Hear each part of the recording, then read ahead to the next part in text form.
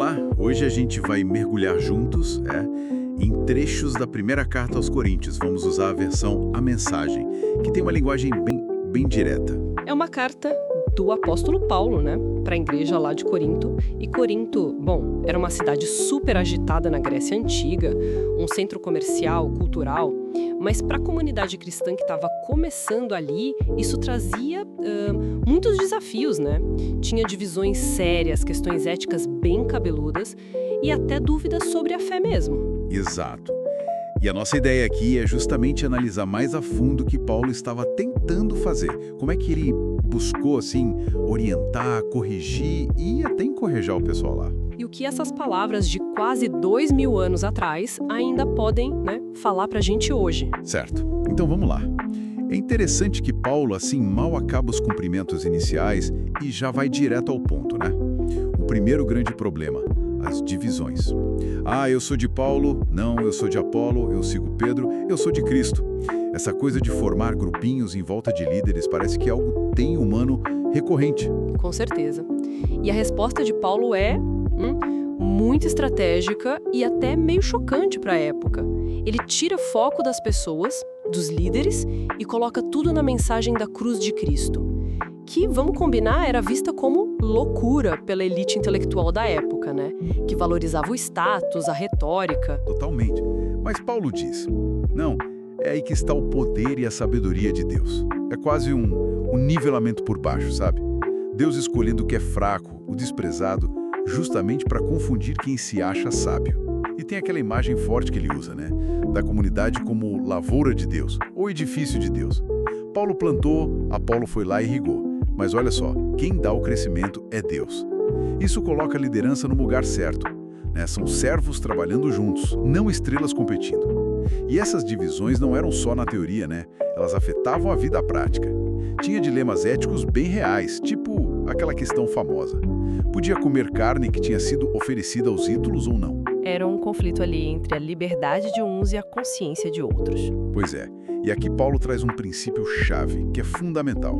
O conhecimento, essa ciência de que ídolo não é nada, ok. Mas esse conhecimento precisa ser guiado pelo amor. O ágape, Aquele amor ativo que pensa no bem do outro. A liberdade de um não pode ser motivo para fazer o outro tropeçar, especialmente quem ele considera mais fraco na fé. É um chamado para cuidar um do outro. Interessante essa conexão da teologia com o dia a dia.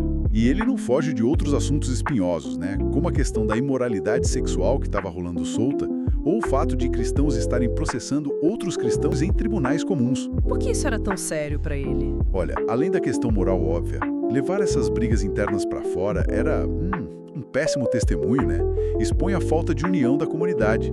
Mostrava que eles não estavam conseguindo viver como uma nova família com outros valores. E Paulo lembra a eles, o corpo de vocês é templo do Espírito Santo. Isso traz uma dignidade, mas também uma responsabilidade enorme sobre como viver, porque as ações refletem Deus. Falando em dinâmica interna, a gente chega naqueles capítulos sobre os dons espirituais, 12 a 14. Para mim aqui a coisa fica muito prática. Aquela analogia do corpo é simplesmente genial. É fantástica, Muitos membros, funções diferentes, que seriam os dons, as habilidades que Deus dá para fortalecer a comunidade. Mas é um corpo só. Exato. E cada pedacinho é essencial. Exato. Essa imagem é o centro da unidade na diversidade que ele defende. E olha que interessante a estratégia dele.